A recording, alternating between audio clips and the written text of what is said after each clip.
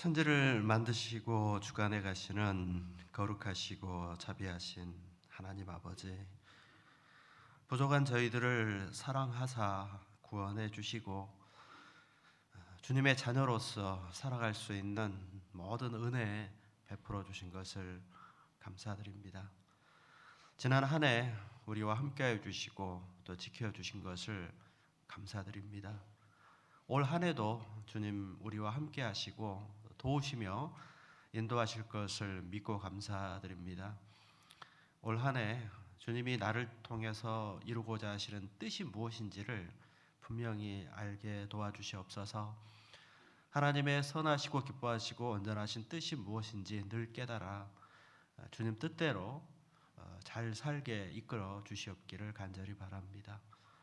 여러 가지 어려운 일들이 있겠지만 그때마다 주님 함께 하셔서 주님의 도우심으로 잘 이겨나갈 수 있기를 간절히 바라고 원합니다.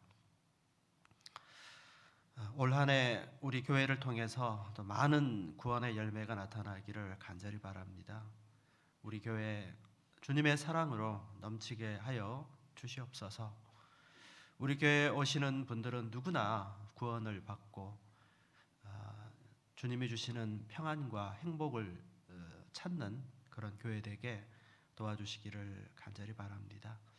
먼저 구원받은 우리 형제 자매님들 마음으로 뜨겁게 피차 서로 사랑하며 주의 복음을 전할 수 있기를 간절히 바라고 원합니다. 1월에 22일부터 대전도 집회가 계획되어 있습니다. 올해 첫 대전도 집회를 통해서 많은 열매 허락해 주시옵기를 바랍니다. 30일부터는 중고등부 전도 집회가 계획되어 있습니다. 교회학교 집회를 통해서도 우리 귀한 어린 영혼들이 믿음에 굳게 서게 되기를 간절히 바랍니다. 올 한 해 우리 교회가 든든히 세워지고 주님 앞에 크게 쓰임받는 교회 되게 도와주시옵소서. 또 성도님들 개인마다 주님이 지켜주시고 인도하여 주심을 믿습니다. 오늘 말씀의 시정도 주께만 의지하며 예수님의 이름으로 기도했습니다. 아멘. 창세기 19장 말씀이 되겠습니다.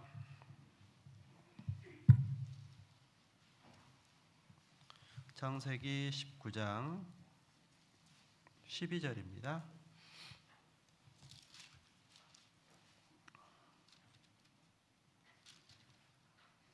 12절, 창세기 19장 12절에서 22절까지가 되겠습니다.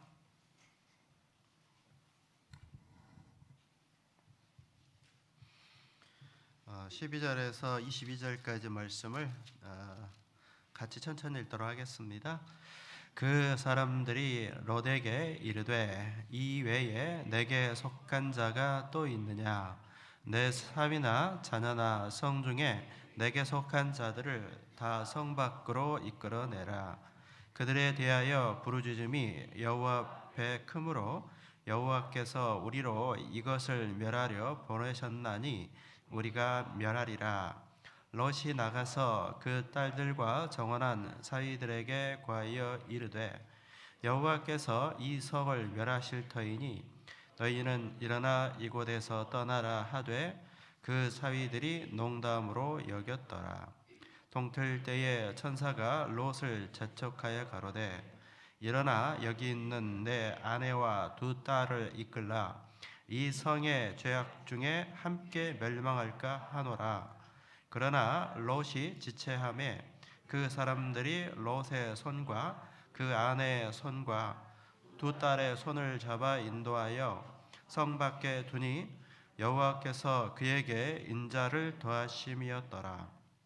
그 사람들이 그들을 밖으로 이끌어낸 후에 이르되 도망하여 생명을 보존하라. 돌아보거나 들에 머무르거나 하지 말고 산으로 도망하여 멸망함을 면하라. 롯이 그들에게 이르되 내 주여 그리 마옵소서.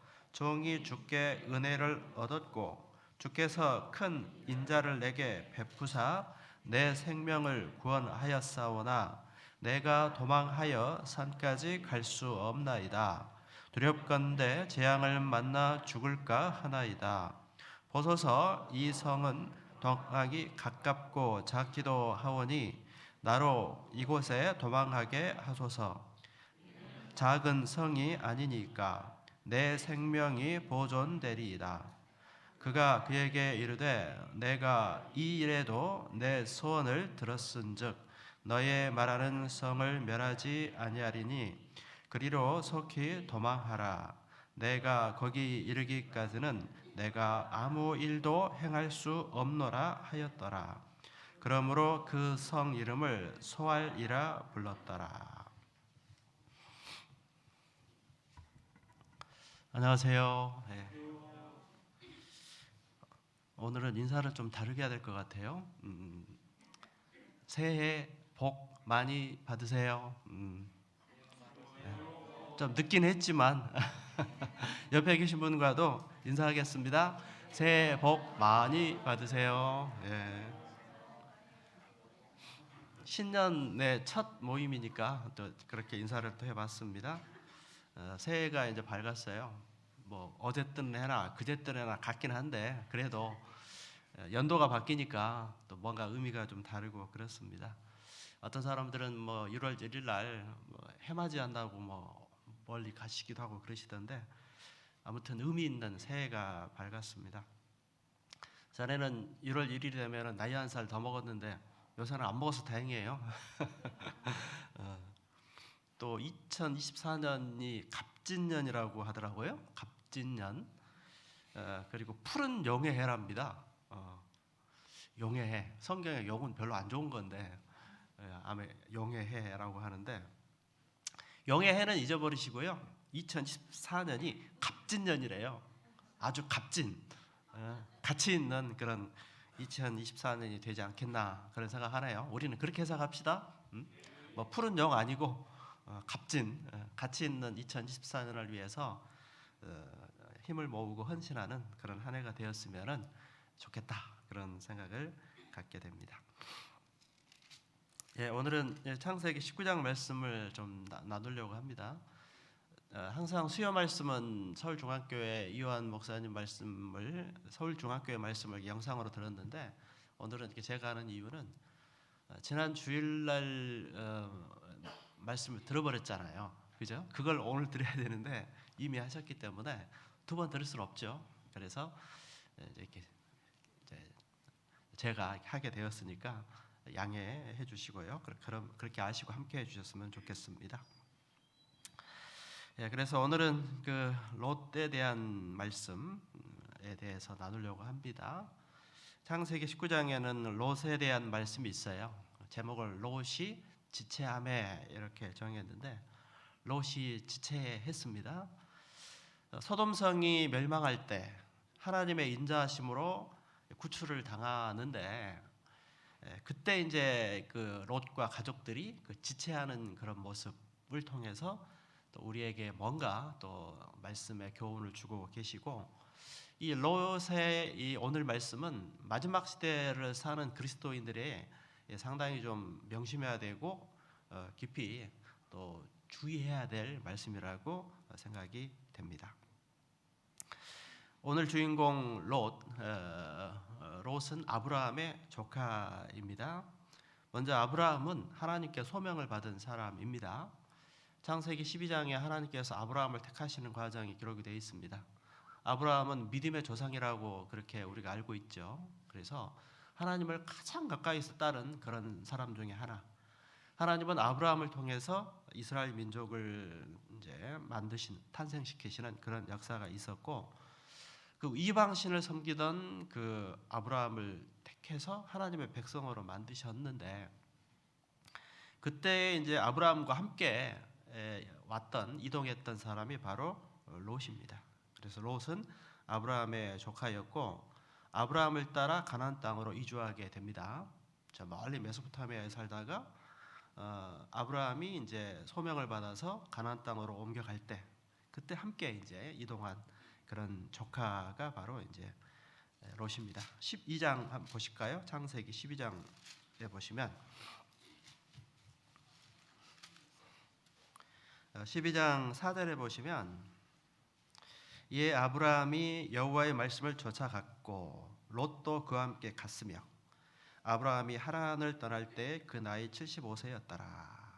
5절에 아브라함이 그 안에 사레와 조카 롯과 하란에서 모은 모든 소유와, 여기 조카 롯이라고 분명히 나와 있죠. 그래서 메소포타미아에 살던 그들이 하나님의 소명을 받고 이제 가나안 땅으로 이동하게 되었다는 것을 우리가 알 수가 있고요. 그리고 이동해서 살면서 이제 하나님의 도우심으로 이제 부자가 되고 잘 살게 되는데, 이제 재산이 너무 많아지니까 함께 살 수가 없어서 이제 흩어지게 되는 그런 일이 있습니다. 13장 6절에 보시면 그 땅이 그들의 동거함을 용납지 못하였으니 곧 그들의 소유가 많아서 동거할 수 없었습니다. 재산이 너무 많아지니까 아브라함도 종이 많고 짐승이 많고 롯도 역시나 짐승도 많고 재산도 많고 종도 많아요. 서로 간에 다툼이 생기는 거죠. 그래서 이제 갈라서게 되는, 나누어지게 되는 그런 일이 있게 됩니다. 그때 아브라함이 네가 먼저 위치를 정하라. 네가 먼저 가면 나는 반대로 가겠다. 이렇게 했을 때 이 롯의 선택은 바로 소돔이었습니다. 근데 이 소돔 13장 10절에 보시면은요. 13장 10절. 이에 롯이 눈을 들어 요단들을 바라본즉 소알까지 온들의 물이 넉넉하니 여호와께서 소돔과 고모라를 멸하시기 전이었는고로 여호와의 동산 같고 애굽 땅과 같았더라. 이 롯이 그 소돔으로 가게 됐는데 왜 그쪽으로 갔냐면 여호와의 동산 같단 말은 너무 이제 땅이 좋다, 살기 좋은 그런 곳이었다고 하는 겁니다. 그래서 신앙보다는 인간적인 눈으로 물질적으로 좀 살기 좋은 그런 곳을 선택하여 간 겁니다. 13절에 보시면 같이 읽어보겠습니다. 소돔 사람은 악하여 여호와 앞에 큰 죄인이었더라. 문제는 소돔이라고 하는 지역은 악해요. 하나님 앞에 큰 죄인이었어요. 자, 그렇게 악한 동네에 가서 살면 신앙생활을 유지하기가 아무래도 어려울 수밖에 없죠. 그러면 우리는 좀 경제적으로 어렵더라도 하나님을 잘 섬길 수 있는 그 지역으로 갔었어야 되는데 이 롯은 선택 자체가 잘못되어 있는 거죠. 그래서 죄의 유혹을 받을 수 있는 그런 환경이 있는 곳에 외적 환경만 보고 갔기 때문에 이 롯의 신앙생활의 모습은 성경에 부끄러운 구원의 표상이 되는 거예요. 구원을 받았지만 신앙생활을 제대로 잘하지 못하고 신앙생활을 잘못한, 구원은 겨우 받았지만 하나님 앞에 순종하는 생활을 하지 못한 그런 대표적인 사람이 바로 롯입니다. 우리는 어떤 교훈을 받아야 되죠? 이런 롯처럼 되면 돼요, 안 돼요? 안 된다. 절대 롯과 같은 삶을 살아서는 안 된다는 것을 교훈받도록 이 말씀을 주신 거예요.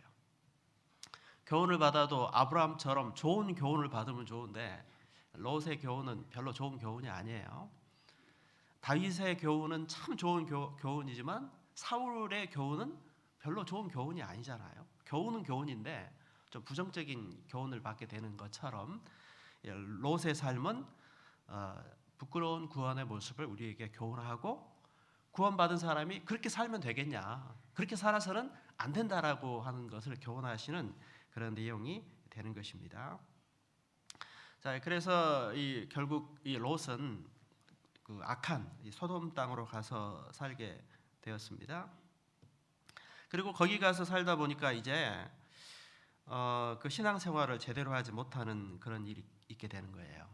결국 소돔성이 얼마나 소돔이 타락한 도시였는지 하나님께서 참아볼 수가 없는 거예요. 결국 하나님께서 불로 소돔성을 멸망을 시키시는 그런 일이 있게 되고 그때 겨우 구출당하는 그런 일이 있게 되는 겁니다. 소돔성은 얼마나 타락한 곳이었는지 그 소돔성과 관련된 그 단어들이 있는데요.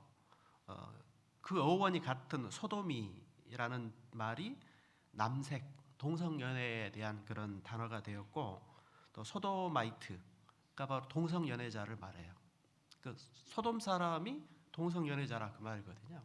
그만큼 동성연애가 만연하고 성적으로 타락하고 성적인 타락의 대명사가 바로 소돔이었거든요. 바로 그런 곳에 하나님의 자녀가 가서 살았으니 이게 앞뒤가 안 맞는 내용이 되는 거예요.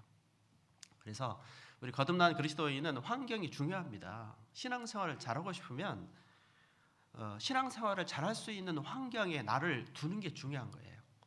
그런데 신앙생활을 잘하기가 어렵고 죄의 유혹에 빠질 수 있는 환경에 자꾸 나를 두게 되면 그 어떤 유혹에 빠질 수밖에 없는 거죠. 먹물 옆에 자꾸 있으면 먹물이 튀겠어요? 안 튀겠어요? 뭐 조금이라도 튀겠죠. 그래서 그 먹을 멀리했을 때 깨끗한 것과 같은 원리라고 할 수가 있겠습니다. 결국 소돔성은 불로써 멸망하게 됩니다. 창세기 19장을 보시면은요. 19장 24절에 보시면 19장 24절 같이 읽어보겠습니다. 여호와께서 하늘 곧 여호와께로서 유황과 불을 비같이 소돔과 고모라에 내리사. 아주 불로써 화산 폭발을 같은 이런 불의 심판에 의해서 멸망당한 곳이 바로 소돔입니다. 로마의 폼페이라는 도시, 베수비우스 화산에 의해서 온 도시가 완전히 멸망했죠. 그 폼페이가 어떤 곳이었습니까? 역시나 매우 타락한 그런 곳이었어요. 성경 속에 하나님의 심판받은 도시를 보면 공통점이 뭐냐? 죄입니다. 죄악이 만연한 곳에 하나님의 심판이 임했다는 사실을 알 수 있습니다. 그래서 하나님께서는 반드시 죄악이 꽉 차면 결국은 심판이 있다고 하는 것을 우리에게 보여주신 겁니다. 여기 책갈피 끼워놓으시고요. 베드로후서 2장 6절을 보시겠습니다. 베드로후서 2장 6절입니다.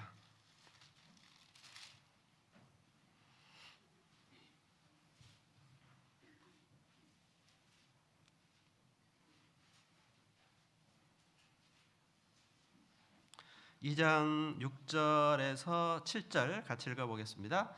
소돔과 고모라 성을 멸망하기로 정하여 제가 되게 하사 후세에 경건치 아니한 자들에게 본을 삼으셨으며 모범한 자의 음란한 행실을 인하여 고통하는 의로운 롯을 건지셨으니. 여기 보면은 소돔과 고모라 성을 멸망시켰다. 그것은 후세 경건치 않은 사람들의 본으로 삼았다는 말씀입니다. 그래서 죄악이 가득 차면 그 다음에는 하나님의 심판이 임하는 겁니다. 사람도 하나님 말씀 떠나서 죄 가운데 살다 보면은 결국은 하나님의 심판을 받게 됩니다. 이 세상도 마찬가지. 지금 세상 어떻습니까? 죄악이 만연하고 있죠. 죄가 가득 차면 결국 하나님의 심판이 이 땅에 임하게 될 것은 너무나 분명한 그런 내용이 되는 겁니다. 8절에 보시면은요. 2장 8절.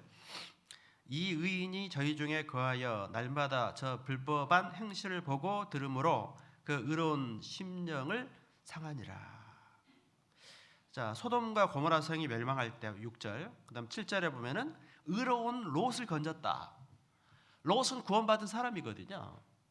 그래서 소돔 성이 멸망할 때 건져 주신 거예요. 왜? 의로운 롯이 거듭난 그리스도인이 죄악으로 가득 찬 도성에 살다 보니까 의로운 심령이 상해요. 즉 신앙생활을 제대로 할 수가 없는 겁니다. 그 모습을 여기 이제 말씀하고 있는 거예요. 창세기 19장으로 다시 가보겠어요. 책갈 펴놓으셨죠? 19장 1절에 보시면은요. 19장 1절에 보시면 날이 저물 때에 그 두 천사가 소돔에 이르니 마침 롯이 소돔 성문에 앉았다가 그들을 보고 일어나 영접하고 땅에 엎드려 절하여. 자, 하나님이 소돔 성을 멸망시키기로 작정을 하셨어요. 천사 둘을 보낸 거예요. 천사 둘이 이제 이 성을 이제 지켜보러 살펴보러 왔는데 그것을 이 롯이 먼저 봤다 만났다 그 말이에요. 그때 성문에 앉았다라고 했는데 성문에 앉았다라고 하는 것은 그냥 성문이 아닙니다. 그 당시 성문에 앉아 있는 사람들은요, 그 도시에, 그 시에, 나라에 아주 높은 정치 지도자들만이 있는 그 자리예요. 아무나 있는 자리가 아니에요. 그래서 롯이 그 소돔 성문에 앉아서 존귀한 사람들과 같이 있었다라고 하는 것을 통해서 롯은 육신적으로는 위치가 굉장히 높았다는 걸 알 수가 있는 거예요.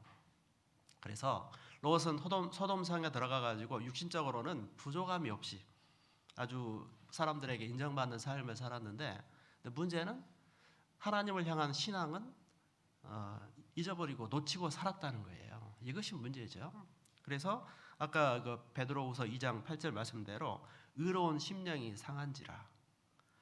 자, 거듭난 하나님의 자녀가 있을 곳에 있지 않고 이 죄악의 도성에 살다 보니까 신앙생활을 제대로 하지 못하고 겉으로 보기에는 남부럽지 않게 사는 것 같지만 그 영혼의 상태, 신앙의 상태는 하나님 앞에 올바르지 못한 상태가 되어 있는 것이고, 그 결과는 아주 하나님의 심판에서 겨우 구원받는 부끄러운 구원의 모습을 보여주고 있는 겁니다. 이게 우리 거듭난 그리스도인이 주님 오실 날에 가까울 때 살고 있는 우리가 어떻게 살아야 하나님 앞에 합당한 거냐, 이런 모습들을 교훈하고 있다라고 생각이 됩니다. 그리고 창세기 18장에 나오는 내용에 보면은 하나님께서 이제 소돔성을 멸망시키기로 작정하시고 천사 2명을 보냈어요. 그런데 이 소돔 사람들이 얼마나 악한지 이 천사가 남자의 모습으로 나타난 것 같습니다. 그래서 이 소돔 사람들은 남색을 하잖아요. 남색이라고 하는 것은 동성연애입니다. 남자들끼리 부끄러운 일을 행하는 거예요. 그래서 이 천사들을 못 알아보고 동성연애를 하겠다고 집에 들이닥친 겁니다. 정말 말도 안 되는 그런 상황이 닥쳐 있는 모습이고요. 결국 하나님은 소돔은 더 이상은 이제 인자가 없는 것이죠. 심판을 받을 수밖에 없게 되는 거예요. 자, 이런 일이 있었을 때 먼저 하나님께서는 아브라함에게 소돔성을 멸망할 것을 말씀을 하셨는데, 그때 아브라함이 하나님께 그 부탁하는 말씀이 창세기 18장에 나와요. 뭐라고 부탁을 하냐면, 하나님, 이 소돔성에는 거듭난 롯도 있는데 의인을 죄인과 함께 멸하는 것이 맞습니까? 그러면서 의인 50명이 있다면 그 성을 멸하시겠습니까? 그때 하나님 뭐라 하셨어요? 의인 50명이 있다면 내가 멸하지 않겠다. 이 아브라함이 또 말합니다. 그러면 하나님 죄송하지만요, 의인 45명이 있으면 어쩌실랍니까? 그래도 멸하지 않겠다. 그 다음에 29절에 보면은요, 또 이제 40인을 찾으시면 어떻게 하시겠습니까? 그래도 멸하지 않겠다. 30절에는 30인을 찾으시면 어찌하시려나이까? 멸하지 않겠다. 31절에는 감히 고하나이다 그러면서 20명이면 어떻게 하시겠습니까? 20명이라도 멸하지 않겠다. 32절에 마지막으로 10인만 있으면 어떻게 하시겠습니까? 하나님 말씀에 10사람만 있어도 멸하지 않겠다. 자, 소돔성은 의인 몇 사람이 없어서 멸망당한 겁니까? 이 10사람이 없어서 멸망당했다라고 하는 것을 말씀해주고 있는 그런 내용이에요. 그래서 만약에 소돔성에 의인 10사람만 있었다면 하나님이 멸하지 않았을 것이라는 이 말씀은 우리나라가 정말 안전하게 살 수 있는 그 길은 뭐냐? 우리 믿는 하나님의 자녀들이 신앙생활을 잘하는 거예요. 뭐 핵무기 준비하고 전투력 준비하는 것보다도 우리 거듭난 그리스도인들이 신앙생활을 잘한다면 하나님께서 우리를 보고 복음의 그 역사를 위해서 이 땅의 그 안전함을 지켜주실 것이다라는 그런 생각을 하게 되는 거예요. 우리 대한민국이 지금 잘 사는 것도 어찌 보면 기적 아닙니까? 전 세계적으로 대한민국처럼 이렇게 정말 빠른 시기에 전쟁도 겪었고 완전히 거짓골이었던 나라가 그 몇십 년 만에 이렇게 잘 사는 예가 별로 없다고 해요. 그리고 세계 10위의 경제대국이 돼 있는 그런 모습인데, 물론 물질적으로는 풍요로워졌지만 사람들의 마음속에 행복은 없어요. 그렇죠? 우리 그 못 살 때 생각하면 지금처럼 살면은 행복해야 되잖아요. 부족함이 없어야 되죠. 우리 옛날에는 뭐 밥 3끼 안 거르고 먹었으면 좋겠다. 또 박정희 대통령 새마을운동 때 쌀밥 먹게 해주겠다. 뭐 이런 게 그 나라의 어떤 목적이었잖아요. 근데 거기에 비하면 지금 우리는 너무나 풍요롭게 살고 있습니다. 뭐 그때 마이카 시대 허황된 소리 같았습니다. 근데 지금 우리 마이카 시대를 살고 있잖아요. 그런데 행복합니까? 그러지는 않죠. 아무튼 우리나라가 이렇게 잘 살게 되는 그 가운데 하나님의 뜻도 있는 것 같아요. 우리나라의 복음이 활발하게 전해졌고 또 우리를 통해서 전 세계에 복음이 전해지는 그런 일이 있기 때문에 하나님이 우리를 지켜주고 계시다라는 그런 생각도 해보게 됩니다. 자, 소돔성이 의인 10사람이 없어서 멸망했다는 이 말씀을 우리가 생각하면서 먼저 거듭난 우리 하나님의 자녀들이 신앙생활을 열심히 하는 것이 애국이다, 애국자 되는 길이다 하는 마음을 가지고 우리가 신앙생활을 더 열심히 하고 믿음을 지키며 살아가야 되겠다라는 그런 생각을 해보게 됩니다. 창세기 19장으로 다시 갑니다. 자, 이제 하나님께서 소돔을 멸망시키기로 작정을 하시고 인자를 베푸셔가지고 롯에게 선포합니다. 내가 이 성을 멸할 것이니까 너는 빨리 피하라. 그래서 내게 속한 자가 또 있느냐? 19장 12절에 보겠습니다. 같이 읽겠습니다. 그 사람들이 롯에게 이르되 이외에 내게 속한 자가 또 있느냐? 내 사위나 자녀나 성 중에 내게 속한 자들을 다 성 밖으로 이끌어내라.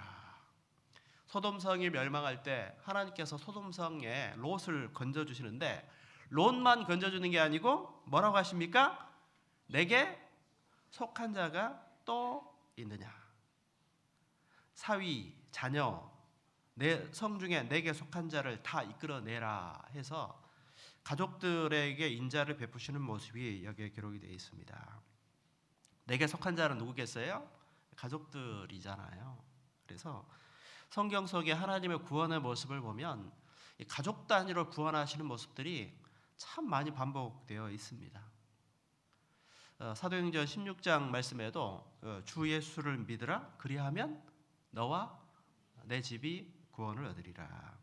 간수의 가족들, 사도 바울을 옥에 가둘 때 그 간수거든요.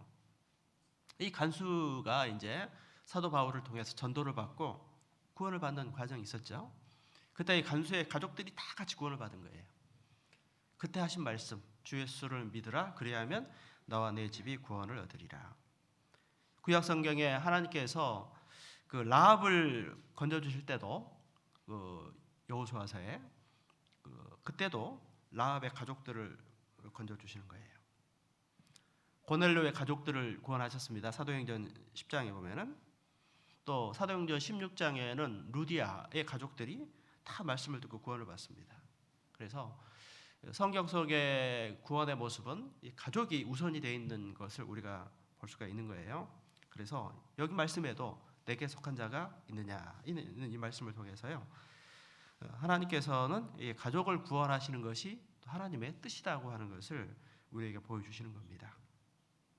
그래서 전도는 가까운 데서부터 점점 멀리.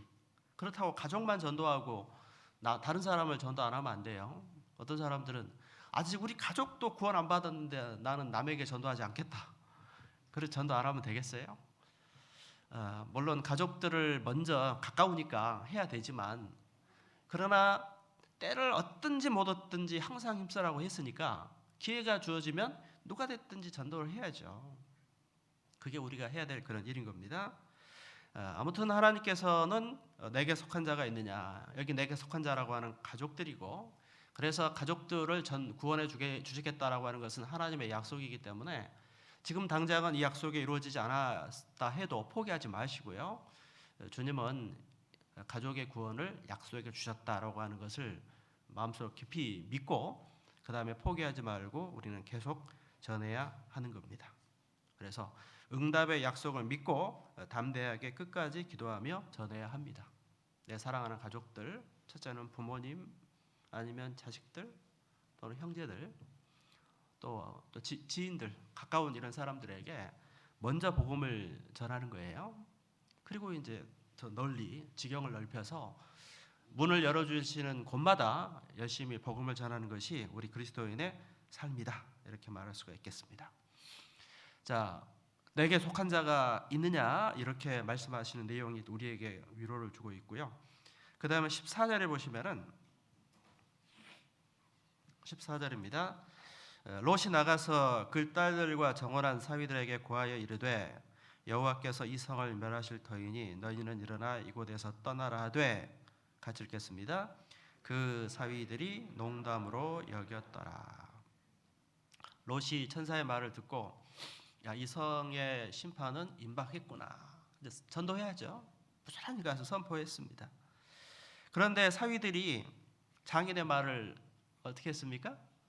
농담으로 여겼다라는 이 말씀. 왜 사위들은 장인의 말을 농담으로 여겼을까? 그 롯이 농담하는 사람이었을까? 그건 아니었을 것 같은데, 이 말씀도 우리는 깊이 좀 생각해 볼 필요가 있다라는 생각이 들어요. 전도는 전하는 것만으로 부족하다라고 생각이 돼요. 전하긴 전했는데 듣는 사람이 여기 사위들처럼 우리의 전도하는 말을 갖다가 농담으로 듣는다거나 진실하게 듣지 않는 거예요. 사실로 받아들이지 않는다면 그 사람은 그 진실한 말씀을 들으려는 그런 생각을 하지 않게 되는 거예요. 그래서 우리의 전도의 말이 우리 주변 이웃들에게, 가족들에게 여기 롯에 대한 말씀처럼 혹시라도 내가 전도하는 말이 이웃들에게 실없는 말처럼 들릴 수도 있겠다라는 생각을 해볼 수 있잖아요. 나는 진실한 말을 하고 있는데 듣는 사람들은 실없는 말처럼 이렇게 듣는 거예요. 즉 말해서 농담처럼 이렇게 듣는다고 한다면 그 사람의 마음이 변화가 되겠습니까? 안 되는 것이죠. 그래서 우리가 전하는 것만으로 부족하다. 우리가 전하는 그 말씀이 상대방, 구원받지 못한 사람들의 마음속에 정말 진심으로 받아들여져야 되고, 그렇게 하기 위해서는 우리의 삶의 모습이 정말 분명해야 되겠다라고 하는 거예요. 롯의 삶이 말씀 앞에 철저하게 순종한 그런 삶을 살았다면 아마 사위들은 농담으로 여기지 않았을 거란 생각을 해봅니다. 근데 그렇게 살지 않았기 때문에 이렇게 농담으로 들리는 거죠. 우리가 하는 이 전도의 말도 진심이 상대방에게 전해져야 되는데 평상시 그렇게 하지 않고 진심을 전하지 않고 그냥 수박 거달기식으로 이렇게 말씀을 전하게 되면 듣는 사람들에게는 이게 진실하게 받아들이지 않고 그 뜬구름 잡는 말처럼, 농담처럼 이렇게 받아들여지게 될 수도 있겠다라고 하는 거예요. 우리는 분명하게 전해야 합니다. 아무리 간절해도 표현하지 않으면 알 수 없는 거예요. 사실 우리 구원받은 사람들의 마음속에는 전도하고자 하는 간절한 마음이 있잖아요. 간절함. 근데 그 간절함이 상대방에게도 느껴져야 되겠죠. 나는 간절한데 우리 부모님들은 또 내 가족들은 나의 마음을 몰라주고 있을 수 있잖아요. 왜 모르죠? 내가 표현하지 않았기 때문에. 표현하지 않으면 모르는 거잖아요. 그래서 그 롯의 그 사위들은 장인의 말을 농담으로 여겼을까? 농담으로 여기니까 말 안 듣잖아요. 곧 심판이 다가오는데 안 피한 거예요. 결국은 죽었잖아요. 자, 그 사위들의 영혼에 대해서 롯이 책임이 없다고 말할 수는 없는 것이겠죠. 그래서 그 말이 농담으로 여겨졌다라고 하는 이 사실을 통해서 우리 자신이 전하는 그 말이 내 사랑하는 이웃들에게 혹시라도 농담처럼 여겨지지는 않는가 생각해보고, 그렇게 되지 않도록 분명하게 전해야 되고, 또 삶의 모습도 내가 전하는 그 메시지를 뒷받침해야 되는 거예요. 거듭난 그리스도인의 삶이 본이 되지 않으면요, 그 말에 힘이 없거든요. 아무리 옳은 얘기를 해도 내 삶이 주변 사람들에게 본이 되지 않으면 힘이 없는 거예요. 그러면은 뜬구름 잡는 말처럼, 농담처럼밖에 들리지 않기 때문에 그 사람은 전도의 열매를 맺혀지기가 어려운 겁니다. 전도는 말로만 하는 거 아니라고 늘 얘기하잖아요. 그래서 우리의 생활의 모습이 말씀 앞에 순종하는 그런 모습이 반드시 돼야 되는 겁니다. 자, 사위들이 롯의 말을 농담으로 여겼다. 아주 놀라운 그런 이야기고, 우리 자신도 혹시 내가 하는 이 전도의 말이 우리 주변 사람들에게 그렇지는 않은지 돌아봐야 되고, 그렇게 된다고 한다면 무서운 일이잖아요. 그렇게 되지 않도록 우리는 분명하게 전해야 되고, 또 전하는 메시지에 맞게 우리의 삶의 모습도 본이 되는 그런 삶을 살아야 될 것을 각오할 필요가 있겠습니다. 그 다음에 16절에 보시면은요, 16절입니다. 16절. 그러나 롯이 지체함에 그 사람들이 롯의 손과 그 아내의 손과 두 딸의 손을 잡아 인도하여 성 밖에 두니 여호와께서 저에게 인자를 더하심이었더라. 16절에가 분명하게 왜 사위들이 농담으로 여겼는지가 나오죠. 롯이 어떻게 하고 있어요? 지금 지체하고 있어요. 곧 지금 불이 떨어져서 소돔성이 멸망하는 그 순간에 지체하는 모습, 이거 영적으로 깨어있는 그리스도인의 모습이 결코 아니죠. 롯만 지체하고 있는 게 아니에요. 롯과 그 아내의 손과 두 딸의 손을 붙잡아 전부 다 지체하고 있는 그런 모습, 이 깨어있지 못한 그리스도인의 모습이라고 생각이 돼요. 주님 오실 때가 심판날입니다. 주님 오시는 날이 우리 구원받은 사람에게는 구원의 날이지만 구원받지 못한 사람에게는 심판의 날이거든요. 그때 우리의 모습도 혹시라도 지체하는 모습이 되어서는 안 되겠다라는 거예요. 하나님의 심판 앞에 지체하는 모습, 왜 지체할까요? 왜 지체하고 있었을까? 확신이 없죠. 믿음이 없습니다. 하나님의 일에 지체하는 이런 롯의 모습처럼, 롯의 그 가족들의 모습처럼 혹시 이런 모습이 나의 모습은 아닌지 우리는 돌아볼 필요가 있습니다. 자, 우리가 하나님의 말씀을 전하는 일에 혹시 지체하고 있지는 않은지. 조난당한 그 배가 있다고 합시다. 몇 년 전에 세월호처럼 조난당했어요. 물에 빠져가고 있어요, 배가. 그때 그 선장이나 이런 구조해야 될 사람들이 지체하고 있다면 한심한 일이죠. 있을 수 없는 그런 일이 될 겁니다. 지체하고 있는 동안에 골든타임을 놓칠 수 있습니다. 사고가 났습니다. 화재가 난다거나 지진이 나거나 무슨 일이 있으면은 골든타임이 있잖아요. 짧은 그 구할 수 있는 시간이 있어요. 근데 그 귀한 골든타임에 지체하고 있다가 그 기회를 놓쳐서 생명을 잃는다면 그것은 너무나 슬픈 일이고, 또 그로 인해서 그 책망당하고 또 처벌받는 사람들이 있잖아요. 세월호 사건 때도 그 대처를 빠르게 효과적으로 하지 못한 사람들이 문제가 되는 거예요. 얼마 전에 이태원 사고 때도 왜 그런 중요한 순간에 그 위급한 시간에 적절하게 빨리 대처하지 못했느냐? 그렇게 한 사람은 이제 처벌 대상이 되죠. 어찌 보면 그 사람도 불쌍해. 어쩌다 보니까 일이 그렇게 돼가지고 하루아침에 그냥 죄인이 돼가지고 이제 어려움을 겪게 되는 거죠. 그래서 아마 이런 일들을 통해서 우리는 교훈을 받을 수가 있는 겁니다. 우리가 지체하는 동안에 많은 영혼들을 놓칠 수 있는 거예요. 우리 구원받은 사람의 삶이 이 생명선에 구원받지 못한 사람들을 빨리 태우는 어떤 면에서는 구조대원과도 같은 거잖아요. 그리고 그런 사람들에게 우리는 주님이 곧 오신다, 심판이 임박했다라고 하는 사실을 선포하는 것이 우리의 일인데, 이 세상 돌아가는 일을 보면 주님 오실 날이 가깝다는 것을 알고 그렇다라고 말은 하면서도 혹시라도 내 마음속에서는 지체하는 그런 마음이 있을 수 있잖아요.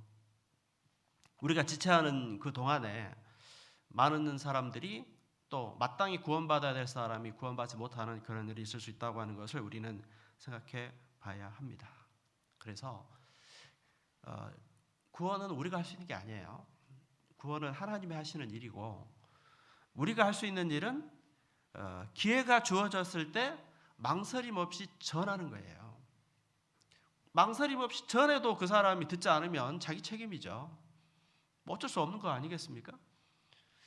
어떤 재난에 대해서 뭐 내가 할 일을 다 했어요. 경고했고 광고 뭐 내 할 수 있는 처리는 다 했다면 그 공무원은 나중에 처벌받지 않잖아요. 왜? 자기 할 일 다 했으니까. 근데 문제는 그렇게 하지 않은 그 지체한 사람들이 이제 문제가 되는 거와 같은 거예요. 그래서 우리는 기회가 주어졌을 때 망설임 없이 전하는 그런 사람이 되기를 하나님 앞에 간구해야 된다고 생각합니다. 그래서 우리가 아무리 전해도 본인이 끝까지 거부하면 전도할 수 없어요. 아무리 내 사랑하는 가족이라고 해도 끝까지 복음을 거절하고 배척하면 우리가 어떻게 할 수가 없는 거잖아요. 우리 마음대로 되는 게 아니에요. 어떤 면에서는. 그러나 우리가 할 수 있는 최선이 있잖아요. 우리가 할 수 있는 최선은 다하고 주님께 맡기고 의지하는 것들이 필요한 겁니다. 그래서 롯이 지체했고 또 가족들이 지체하고 그 모습, 천사들이 손을 이끌어서 구해내는 그 인자의 모습, 이런 것들을 우리가 생각해 봐야 됩니다. 19장 22절에 보시겠습니다. 19장 22절 같이 읽어보겠습니다. 그리로 속히 도망하라. 내가 거기 이르기까지는 내가 아무 일도 행할 수 없노라 하였더라. 그러므로 그 성 이름을 수알이라 불렀더라. 자, 하나님께서 롯에게 은혜를 베푸셔서 빨리 피하라. 근데 하나님이 가라고 하신 그 성이 너무 멀다고 생각하고 저기 좀 가까운 데에서 피하게 해 주십시오. 그 소원까지 다 들어주는 그런 내용입니다. 그러면서 한 말씀이 이 말씀이에요. 그래서 뭐라고 말하냐면 속히 도망하라. 내가 거기 이르기까지는 내가 아무것도 할 수 없다.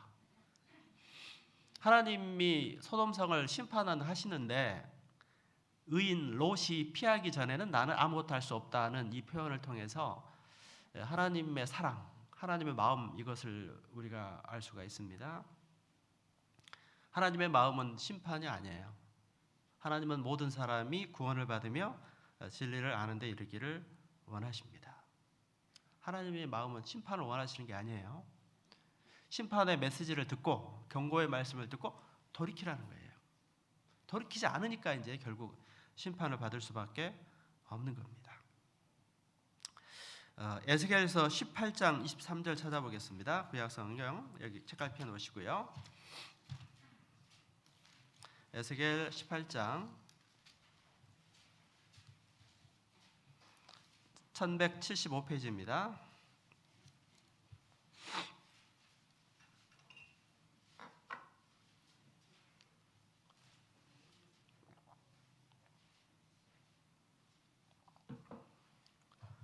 (18장) 23절 보시겠습니다. 23절 같이 읽어보겠습니다.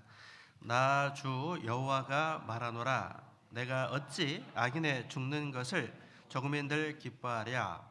그가 돌이켜 그 길에서 떠나서 사는 것을 어찌 기뻐하지 아니하겠느냐. 하나님이 원하시는 건 뭡니까? 악인이 그 죄를 돌이켜서 심판을 받지 않고 사는 것을 원한다라는 그런 뜻입니다. 자, 지체하는 롯과 가족들을 손을 이끌어서 건져내시면서 또 하신 말씀, 내가 거기 이르기까지는 내가 아무것도 할 수 없다는 이 말씀을 잘 생각해 보면 하나님이 우리를 얼마나 사랑하시는지를 느껴볼 수 있습니다. 그래서 예수님이 공중재림하실 때도요, 환난 전 휴거가 맞는 거예요. 대환난 전에 우리 구원받은 사람은 하나님이 다 피하게 하셔요. 이 휴거에 대해서 환난 전이냐 환난 후냐 뭐 그런 논란이 좀 있거든요. 이 환난 전 휴거가 맞습니다. 분명히 대환난 전에 우리는 휴거가 되는 게 맞고 하나님의 그 성품을 봐도 그게 맞는 거예요. 마지막 그 7년 대환난을 거듭난 그리스도인들이 당하게 하시겠어요? 피하게 하시고 그 다음에 심판을 내리시는 그런 모습입니다. 전쟁할 때도 마찬가지예요. 폭격을 하는데 그 폭격해야 되는 곳에 우리 아군이 있으면 쉽게 공격 못 하잖아요. 성경에도 그런 게 있는 거예요. 하물며 하나님께서 우리 구원받은 사람을 건져내시지 않겠습니까? 하나님의 마음을 우리가 느껴볼 수가 있고, 또한 이렇게 심판 전에 우리를 구원하시는 주님의 사랑과 함께 이 땅에 사는 동안에도 하나님의 사랑과 은혜가 있다, 이거를 명심하셔야 됩니다. 사랑의 하나님. 그래서 우리가 시험 당하지만 감당치 못할 시험 당함을 허락지 않고, 또 시험 당할 즈음에 피할 길을 내사 능히 피하게 하시고, 그래서 하나님의 사랑을 항상 기억하십시오. 때에 따라 우리에게 환난과 어려움이 있지만 하나님은 나를 사랑하신다. 결코 하나님은 나를 놓지 않으신다. 나를 버리지 않는다. 포기하지 않아요. 포기는 하나님이 하시는 게 아니고 누가 하는 거예요? 항상 내가 하는 거예요. 하나님은 포기하지 않거든요. 하나님은 나를 놓지 않아요. 누가 놓는 거예요? 우리가 놓는 거거든요. 자, 놓지 마십시오. 우리가 놓지 않으면 하나님도 절대 놓지 않습니다. 그래서 반드시 구원이 이루어지는 거예요. 때로 우리는 이 땅에 살아가는 동안에 세상 일이 내 뜻대로 안 되고 낙심, 좌절 또는 우울함 이런 것에 빠져가지고 힘들 때 하나님이 나를 떠나셨는가, 나는 더 이상 가능성이 없지 않나라는 생각이 들 수도 있는데, 그것은 사단이 주는 생각이고 유혹이에요. 그래서 하나님은 나를 사랑하시되 부모가 자식을 사랑하는 것보다 나를 더 사랑하십니다. 그 사랑으로 주님은 나를 보호하고 계신 겁니다. 내가 거기에 이르기까지는 내가 아무것도 할 수 없느니라. 롯이 소활성에 이르기까지 난 아무것도 할 수 없다. 불을 내릴 수가 없는 거예요. 심판할 수가 없다는 그 모습은 반드시 롯과 가족들은 건져내고 약속은 이루고 그 다음에 심판이에요. 그처럼 하나님은 이 땅의 죄에 대해서 심판하시지만 나를 향한 구원의 약속은 반드시 이루어지는 거예요. 창세기 9장에 나오는 무지개 언약도 마찬가지입니다. 무지개. 자, 하나님께서 대홍수 이후에 무지개를 주시면서 영원한 언약이라고 말씀을 하시거든요. 다시는 물로 세상을 심판하지 않겠다. 영원한 언약을 주시고, 오늘 성경 읽기에 아마 그 내용이 있는 것 같던데, 자, 그 무지개 언약이 뭘 의미해요? 하나님의 약속. 그 7색깔 무지개를 통해서 변함없는 하나님의 약속을 우리에게 보여주는 거예요. 그 약속은 구원의 약속이에요. 우리를 천국까지 인도하시는 구원의 약속. 또한 이 땅에 살아가는 가운데 우리 삶 가운데 우리의 기도를 들으시고 우리를 지켜주신다라고 하신 그 약속은 변함이 없다라고 하는 것을 말하는 거예요. 그래서 무지개를 통해서 대홍수의 심판이 없다라고 하는 것만 기억하실 것이 아니라, 그 언약은 내 삶 가운데도 주님은 동일하게 적용하고 계시다, 적용되고 있다는 것을 생각하면서 어떤 역경이 닥쳐도, 어려움이 있더라도 주님은 나를 도우신다, 내 기도를 들으신다, 그리고 나를 이기게 하신다라는 확신을 가지고 나아가야 하겠습니다. 자, 창세기 19장으로 다시 가보겠습니다. 19장 26절에 보시면은요, 19장 26절 보시겠습니다. 26절, 19장 26절 같이 읽어보겠습니다. 롯의 아내는 뒤를 돌아본 고로 소금 기둥이 되었더라. 롯의 아내, 불행한 여인에 대한 사건이 기록이 되어 있는데, 롯도 지체했고 이 롯의 아내도 지체했잖아요. 아마 왜 롯의 아내와 가족들이 지체했을까? 그것은 롯의 책임도 있을 것 같아요. 롯이 좀 더 깨어 있었다면 그렇지 않았을 수도 있었을 텐데, 롯이 지금 깨어 있는 삶을 살지 못하니 가족들인들 깨어 있기가 어려웠겠죠. 결국 롯의 처는 주저했고 망설였고, 그리고 뒤를 돌아보지 말라고 했음에도 불구하고 어떻게 했습니까? 뒤를 돌아봤어요. 왜 돌아봤을까요? 왜 돌아봐요? 미련이 있는 거죠. 지금 불타는 뒤에, 저기에 내가 지금까지 가까웠던, 내가 정말 투자했던, 내 마음을 다했던 내 터전들이 저기 있잖아요. 아마 내 보물단지 폐물함도 거기 있는지 몰라요. 내 밭, 내 땅, 내 폐물, 내 사랑하는 어떤 물건들 다 거기 있거든요. 그런 미련 또는 궁금함, 막 이런 것들이 뭐 중첩되었을 거라고 생각하는데, 아무튼 뒤를 돌아봤어요. 결국 그 다음에 어떻게 되느냐? 소금 기둥이 되고 말았습니다. 자, 거듭난 그리스도인은 소금이에요. 너희는 세상의 소금이라고 말씀을 하셨는데, 맛을 잃은 소금은 어떻게 되죠? 버려지는 거예요. 자, 소금은 좋은 건데 소금이 맛을 잃으면 그 다음에 어떻게 됩니까? 굳어져요. 소금이 굳어져 버리게 되면은 이제 소금 기둥 딱딱해지는 겁니다. 그럼 아무 소금으로서의 효과가 없는 거예요. 자, 마태복음 5장에도 너희는 세상의 소금이라고 말씀하시면서 소금이 맛을 잃으면 이제는 밖에 버려지고 사람에게 밟힌다라고 말씀을 했습니다. 그리스도인의 삶은 소금입니다. 소금과 같아요. 소금은 맛을 내고 부패를 방지하고 아주 유익하고 좋은 겁니다. 그런데 소금은 어떻게 해야 제 역할을 하느냐? 녹아야 돼요. 녹아야 됩니다. 희생해야 됩니다. 녹지 않는 소금은 굳어져 가지고 이제는 쓸모없이 버려져요. 자, 롯의 처의 모습이 뒤를 돌아본 거로 소금 기둥이 됐어요. 굳은 소금, 맛을 잃은 소금, 결국은 쓸모없이 버려지는 그런 삶의 모습이 된 것을 보여주고 있는 겁니다. 자, 우리 거듭난 그리스도인의 삶도 이 말씀을 통해서 나도 굳은 소금이 될 수 있다고 하는 거고, 어떻게 하면? 뒤를 돌아보면. 따라서 우리의 신앙생활에 있어서 뒤를 돌아보지 않아야 되겠죠. 뒤를 돌아보면 안 돼요. 그런데 자꾸 뒤가 봐지는 게 또 사람의 마음이거든요. 옛날 생각이 자꾸 나는 거예요. 자, 광야 생활에 있었던 이스라엘 백성들, 모세의 인도를 받아가지고 출애굽을 했어요.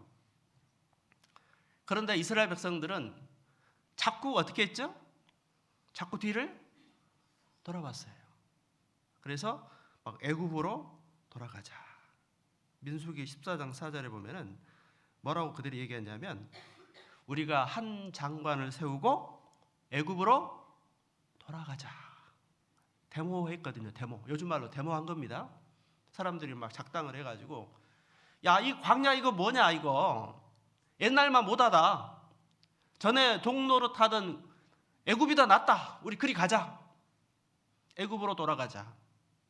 애굽은 세상의 모습입니다. 거듭난 그리스도인도 처음 구원받았을 때는 너무 좋아요. 이제 나도 구원받았다. 하나님의 자녀가 됐다. 그런데 신앙생활을 하다 보니까 내 생각과 좀 다른 게 있죠. 광야 생활 같은 신앙생활을 시작을 하는 거예요. 이스라엘 백성도 처음 홍해바다가 갈라지고 가나안 땅을 향해 나갈 때는 이제 만사 형통할 줄 알았겠죠. 그런데 생각과 달라요. 광야입니다. 광야. 광야는 물이 없고 먹을 것이 없고 길이 힘들고 고통이 있는 거예요. 은혜는 과거, 현재 있는 것은 고통. 사람은 의외로 인내심이 약하거든요. 과거에 아무리 은혜를 받았어도 지금 힘들면 다 잊어버려요. 그래서 이 광야의 이스라엘 백성들이 돌아가자. 애굽으로. 뒤를 돌아본 거죠. 자, 애굽 생활에 좋은 게 뭐 있어요? 종살이하고 억압받고 그 생활로 돌아가자는 거예요. 자, 그런 것처럼 이 뒤를 돌아보는 이런 신앙생활의 모습은 결국은 맛을 잃은 소금이 되는 거예요. 쓸모없이 버려지는 모습이 될 수 있고, 우리의 신앙생활도 결코 이런 마음을 가지면 안 됩니다. 그런데 그렇게 될 수 있어요. 구원받고 신앙생활하는 가운데 자꾸 뒤가 봐지는 거예요. 구원받기 전에 가졌던 취미생활 다시 하고 싶고, 또 구원받기 전에 옛날에 즐기던 죄 자꾸 그리운 거예요. 명절에 갔더니 뭐 친구들이 막 뭐 이런 거 하고 있어요. 그 옛날 일 생각나죠. 나도 한때 저거 잘했는데 이제 막 그런 생각이 나는 거예요. 옛날에 막 좋아했던 것, 즐겼던 것들을 이렇게 탁 손을 끊고 지금 신앙생활 하는데 신앙생활 가운데 어려운 일이 있으면 옛날 것들이 생각나는 거예요. 자꾸 이렇게 뒤를 돌아보는 이런 마음이 있을 수가 있는 겁니다.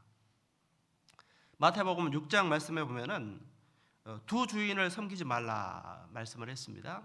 제가 지난 말씀에 그 비슷한 말씀을 드렸죠. 불의의 제물로 친구를 사귀라 이런 말씀을 드렸어요. 그래서 세상 물질적인 것을 가지고 영원한 친구를 사귀라 이런 말씀을 드렸는데 거기 말씀 가운데도 두 주인을 섬길 수 없다 이런 말씀을 드린 것 같아요. 두 주인은 뭡니까? 하나님과 재물을 겸하여 섬길 수 없다 하셨어요. 마태복음 6장 찾아보겠습니다. 마태복음 6장입니다. 24절입니다.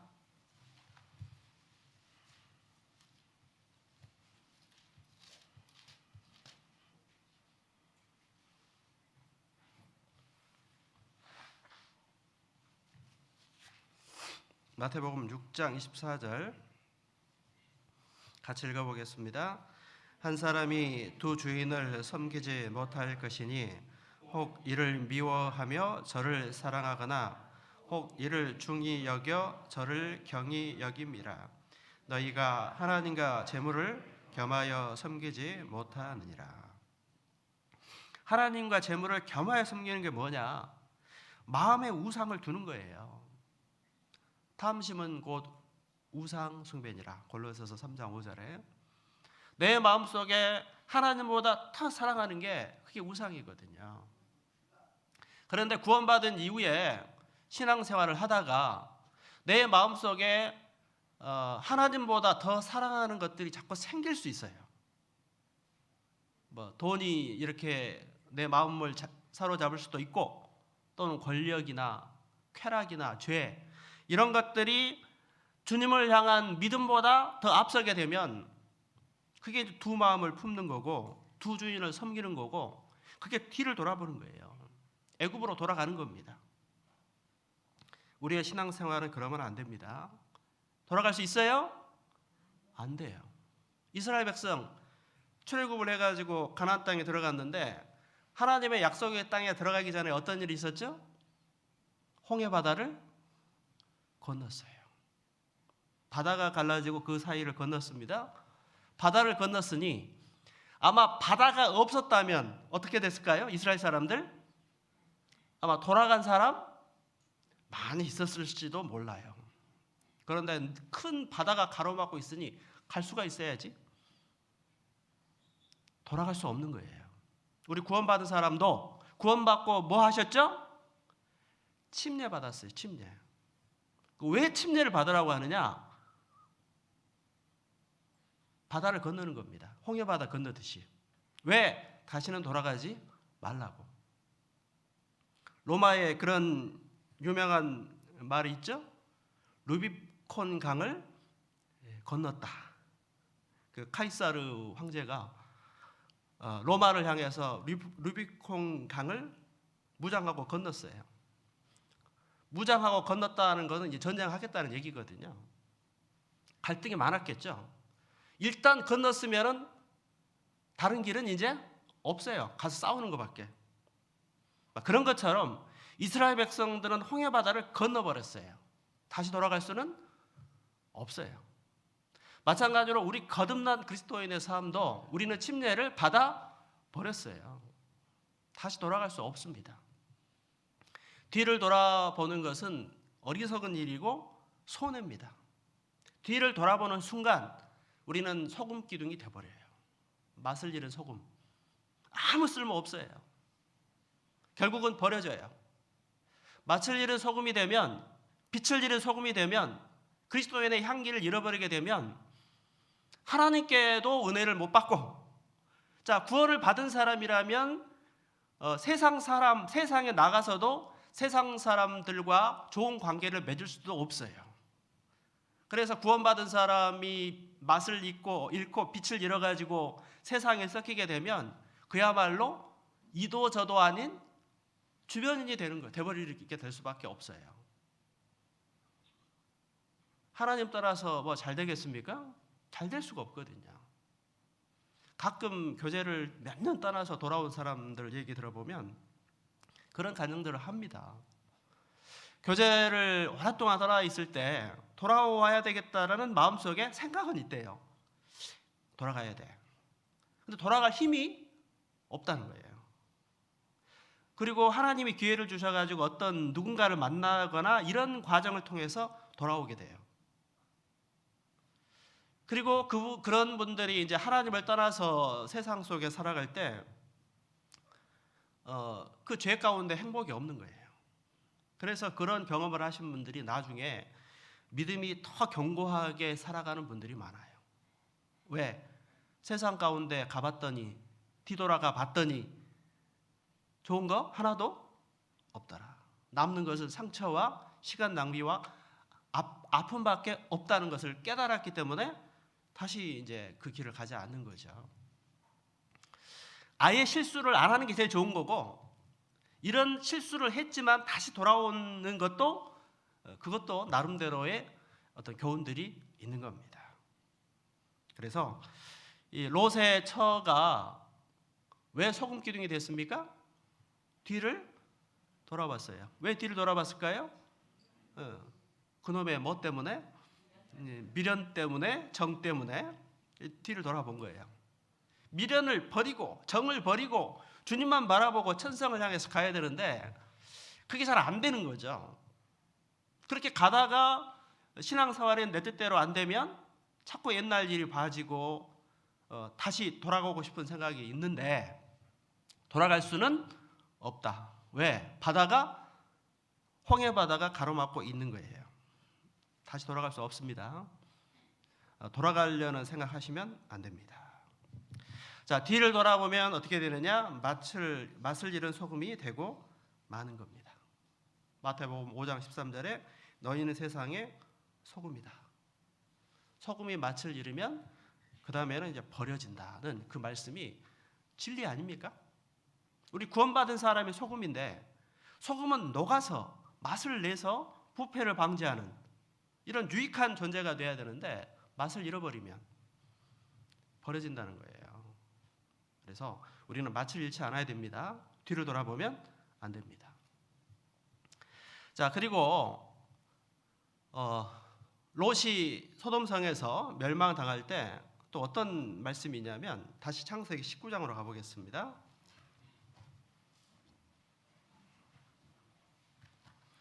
창세기 19장 29절에 보시면은요. 29절 같이 읽어보겠습니다. 하나님이 들의 성들을 멸하실 때 곧 롯에 거하는 성을 엎으실 때에 아브라함을 생각하사 롯을 그 엎으시는 중에서 내어 보내셨더라. 하나님이 롯을 건져주시는데 누구를 생각하셨어요? 아브라함을 생각하사. 이 말씀도 우리에게 굉장히 깊은 의미가 있습니다.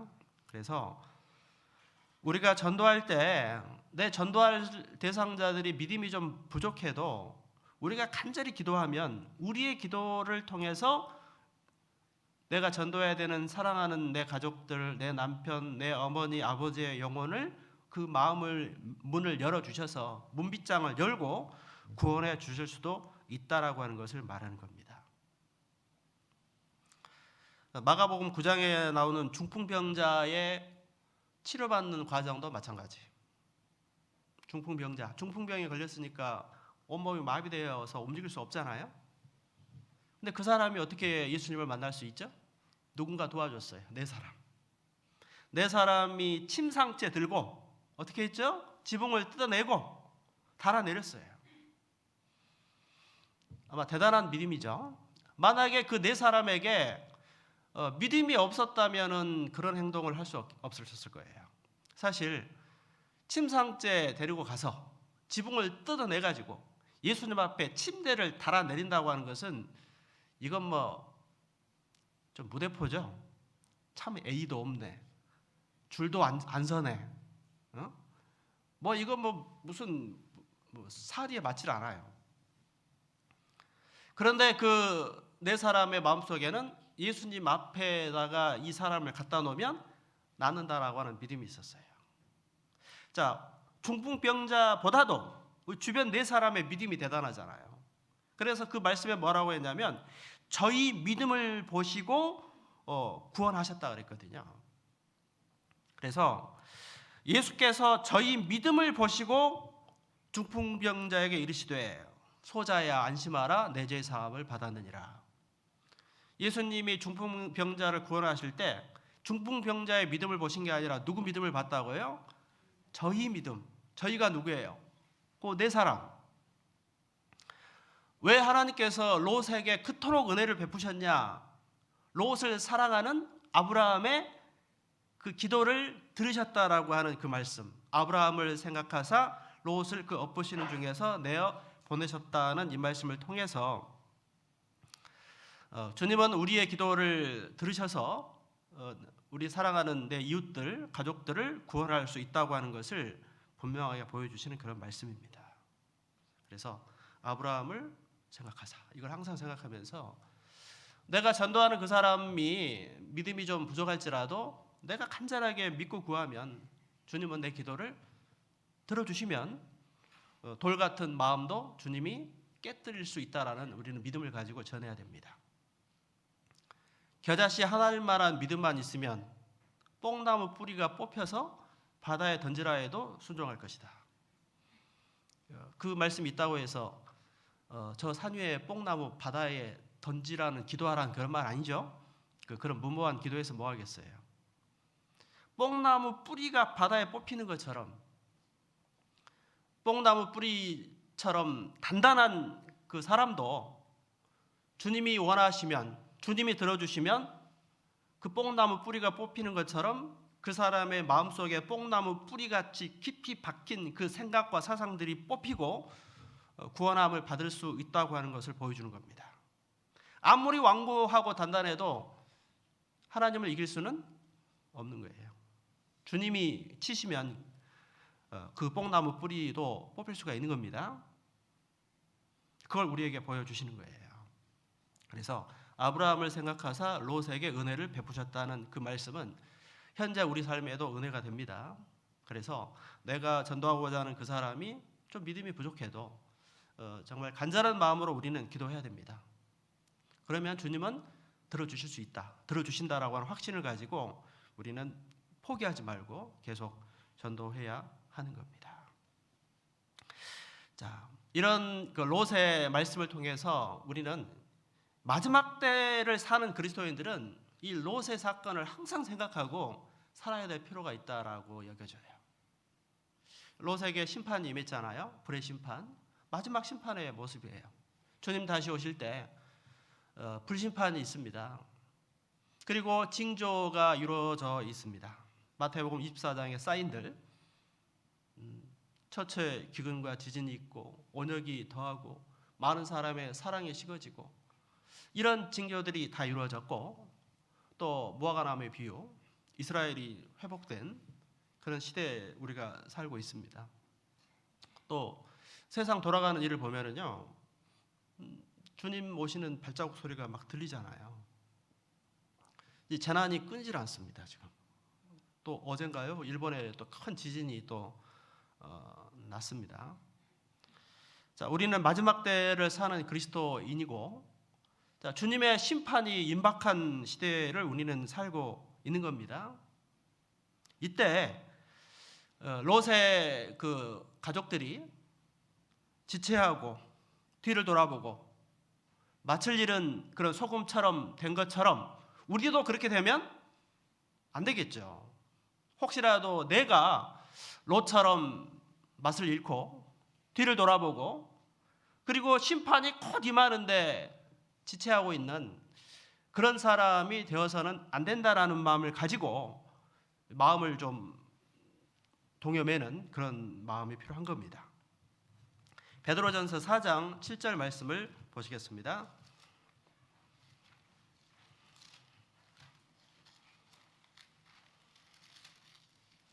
베드로전서 4장 7절입니다.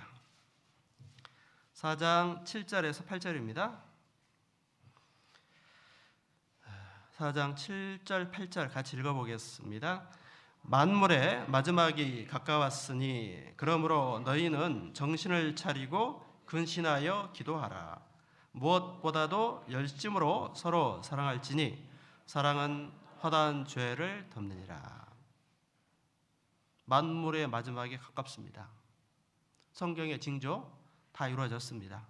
그러므로 어떻게 해야 됩니까? 너희는 정신을 차려라. 정신을 차리고 근신하여 기도하라. 그 다음 말씀, 무엇보다도 어떻게 해야 됩니까? 열심으로 서로 사랑하라. 사랑은 허다한 죄를 덮는다라고 말씀을 했습니다. 주님의 발자국 소리가 가까이 들리고 있습니다. 정신을 차리고 우리는 근신하여 기도해야 합니다. 롯처럼 지체하고 뒤돌아보고 마칠 일은 소금이 되면 안 됩니다. 서로 돌아보아 사랑과 선행을 격려해야 합니다. 열심으로 서로 사랑해야 합니다. 만물의 마지막을 언급하면서 무엇보다도 하라는 일이 뭡니까? 열심으로 어떻게 하라고요? 사랑하라. 뭐 준비하라, 대비하라 이게 아니고요. 사랑하라. 자, 믿음을 지키는데 가장 효과적인 것이 합심하는 거예요. 교제하는 겁니다. 열심으로 서로 사랑하라. 열심으로 사랑하지 않고 하나 되지 않고 우리의 믿음을 지킬 수 없고 우리는 전도할 수 없고 우리 교회를 부흥시킬 수가 없어요. 서로 사랑해야 믿음을 지키고 그 다음에 외적 시험들을 이겨내고 복음을 전하는 그 전쟁을 승리할 수가 있는 겁니다. 무엇보다도 열심으로 서로 사랑하라 하셨습니다. 제가 얼마 전에 어떤 식당에를 갔더니 식당 벽에 액자가 이렇게 있더라고요. 액자에 성경 말씀은 아닌데 제가 적어왔어요. 뭐라고 적어져 있었냐면 내일 죽을 것처럼 사랑하자. 그러면 이 세상에 이해하지 못할 것도 용서하지 못할 것도 오해할 시간도 질투할 시간도 없다. 이게 써져 있더라고요. 죽음을 인해 언젠가는 헤어져야 한다면 함께하는 이 시간 동안은 사랑만 주고 싶다. 길기도 하죠. 그게 액자에 써져 있더라고요. 제가 그걸 좀 적어가지고 왔는데 성경 말씀과 맞잖아요. 오늘 말씀과. 그죠? 내일 죽을 것처럼 사랑하자. 만물의 마지막에 가까웠으니 정신을 차리고 근신하여 기도하고 무엇보다도 열심으로 서로 사랑해라. 만물의 마지막을 언급하면서 서로 사랑하라. 내일 죽을 것처럼 사랑하라. 그러면 자, 내일 죽는다고 생각하면 오늘 이해하지 못할 것도 용서하지 못할 것도 없잖아요. 그렇죠? 맨날 부부간에 막 싸우고 사내 못 사내 했던 부부가 한쪽 그 남편이 이제 임종을 맞고 돌아가시게 되면 나중에 후회하죠? 이럴 줄 알았으면 좀 잘 해 줄 걸. 이럴 줄은 몰랐다. 나중에 후회하면 뭐예요? 아무 의미가 없는 거죠. 그래서 정말 그 내일 죽을 것처럼 죽음이라는 게 반드시 다가오기 때문에 내일 죽을 것처럼 우리가 사랑한다면 이해하지 못할 것, 용서하지 못할 것 없잖아요. 그렇죠? 우리가 서로 미워하고 다투는 상황 보면은 냉정하게 따져보면은 별일도 사실 별일도 아니잖아요. 별일도 아닌데 자존심 때문에 감정 때문에 그걸 용서하지 못하는 그런 마음이 있는데 그래서는 안 되겠죠. 만물의 마지막에 가까웠으니 그 다음에 무엇보다도 열심으로 서로 사랑하라 하신 이 말씀의 의미를 생각해 보시기 바랍니다. 그래서 우리는 후회 없이 좀 사랑합시다. 후회 없이. 사랑할 시간도 부족합니다. 사랑할 시간도 부족해요. 망설이지 말고 전합시다. 마지막 때 사는 그리스도인들 두 가지 첫 번째 뭡니까? 후회 없이 사랑하라. 두 번째, 망설이지 말고 전하라. 이 두 가지입니다. 후회 없이 사랑하고 망설이지 말고 담대하게 전하라. 이게 마지막 때에 사는 그리스도인이 할 그런 일이라고 생각이 됩니다. 올해에는요, 그런 마음을 가지고 담대하게 좀 전해봅시다. 듣든지 아니 듣든지 우리 할 일은 다 하자고요. 그런 마음을 가지고 부지런히 전하는 그런 한 해가 되었으면 좋겠습니다. 올해 슬로건 공모해가지고 당선돼가지고 선물도 드려서 결정됐는데 아시죠? 주의 사랑으로 하나 되어 주의 사랑을 전하는 교회. 사실 저도 공모했는데 제가 한 거 떨어졌어요. 저는 내 것이 될 줄 알았는데 세상에 3표밖에 안 줄 줄은 몰랐는데 내가 보기엔 내 것이 제일 좋은데 아무튼 떨어졌어요. 어쩔 수 없죠. 주의 사랑으로 하나 되어 주의 사랑을 전하는 교회. 좋은, 이것도 너무 좋아요. 그래서 행복한 교회를 만들도록 그렇게 합시다. 교회는 행복한 교회가 먼저 돼야 돼요. 그래야 복음도 전해지지. 우리끼리 행복하지 않는데 어떻게 복음이 전해지겠어요? 그래서 행복한 교회를 만들기를 바라고요. 또 표된 말씀은 에베소서 3장 20절로 21절 정했는데요. 한번 찾아 읽어볼까요? 에베소서 3장 20절.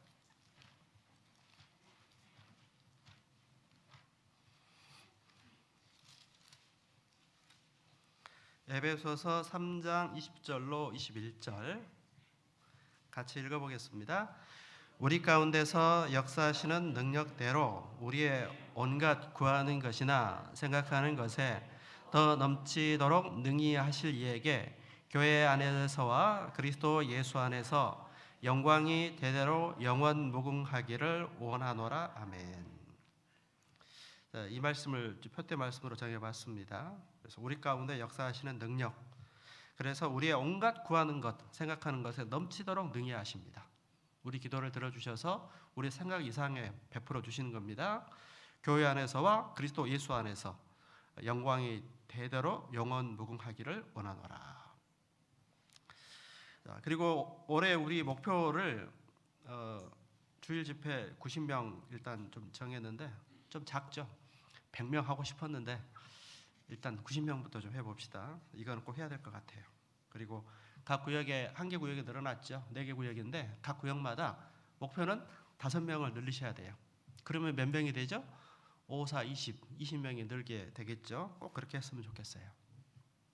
구역에 5명 정도 할 수 있겠습니까? 없겠습니까? 한번 해봅시다. 한 구역에 이제 5명, 그러면 20명을 늘리는 것을 목표로 해봤으면 좋겠습니다. 그리고 부채 상환 1억 해야 됩니다. 우리가 부채가 많아요. 빚이 너무 많은 것도 리스크잖아요. 그래서 이자율이 자꾸 올라가게 되면은 그 교회가 흔들리게 되는 이런 일이 있기 때문에 부채 상환을 빨리 해야 됩니다. 그래서 헌금 작정도 지금 부탁하고 있는데 꼭 좀 해주세요. 특히 우리 임원들은 다 하세요. 다른 분들은 제가 말 못하지만 임원 교제에 참석하신 분들은 하세요. 부탁입니다. 아니 지난주에 주일날도 했는데 주일날 광고하고 하신 분이 3명밖에 안 했어. 좀 실망했어요. 그래서 지금 작정하신 분이 19명 했더라고요. 19명. 임원 중에서도 반밖에 안 했어요. 조금 아쉽긴 합니다. 그래서 안 하시면 어쩔 수 없지만은 될 수 있으면 해주시기를 부탁을 드리겠습니다. 그래서 작은 금액이라도 함께 하면 더 빨리 그 빚을 갚을 수 있을 거라고 생각합니다. 또 올해 최소한 성경 일독 꼭 할 수 있도록 계획 세우십시오. 그래서 각 그 구역마다 그 성경 읽기 이거 있죠. 그 카톡에 해가지고 올려가지고 읽고 그 하는 거 있는데 그거 다 하세요. 저는 11구역에 편성돼가지고 저도 하고 있는데 의외로 11구역 식구들이 많이 안 하는 것 같아서 다른 구역은 어쩐지 모르겠지만은 좀 다들 좀 하셨으면 좋겠습니다. 아니 1년에 일독은 최소한 아닙니까? 최소한 일독은 한다 생각하시고 그리고 나머지 또 하셔야 돼요. 2독, 3독 하셔야죠. 1독은 최소한이라고 생각을 하시고 꼭 좀 하시기를 부탁을 드립니다. 또 매일 기도하시기를 바라고 모임 참석 빠지지 마세요. 모임 참석하는 게 신앙생활의 시작이고 기본이에요. 모임 참석하는 거를 열심히 하지 않고는 신앙생활 잘하는 것은 어렵습니다. 그리고 항상 전도에 힘쓰는 성도들이 되시기를 바랍니다. 성도 목표는 4가지예요. 매일 성경 읽기, 성경 1도, 그 다음에 매일 기도, 모이기를 힘쓰는 성도, 항상 전도에 힘쓰는 성도. 이 4가지, 말씀, 기도, 교제, 전도입니다. 이거 힘쓰는 한 해가 되시기를 바랍니다. 1월 22일부터 있는 대전도 집회, 올해 첫 집회니까요. 여기에 총력을 다해 주시고 좀 준비해 주시기를 부탁을 드리겠습니다. 그래서 올 한 해 우리 교회가 사랑이 넘치고 재밌고 즐겁고 전도도 잘 되는 그런 교회를 함께 만들어 봅시다. 그럽시다. 같이 기도하시겠습니다. 천지를 만드신 하나님, 부족한 저희들을 구원해 주신 것을 감사드리고 또 사모교회라는 이름으로 함께 할 수 있게 해주심에 감사드립니다. 올 한 해 더욱 하나 되게 하시고 우리 교회가 사랑 넘치는 행복한 교회가 되게 도와주시고 또 전도의 열매가 풍성한 한 해가 되기를 간절히 바랍니다. 각 구역마다 교제가 풍성하게 하시고 전도의 열매도 풍성하게 이끌어 주시옵소서. 1월 22일부터 계획되어 있는 대집회를 통해서 많은 영혼이 구원받기를 바랍니다. 겨울방학 중에 교회학교 집회도 계획되어 있습니다. 주님 도와주셔서 우리 귀한 교회학교 영혼들도 믿음 위에 굳게 서게 하여 주시고 수고하시는 분들에게 힘을 주시옵소서. 예수님의 이름으로 기도했습니다. 아멘.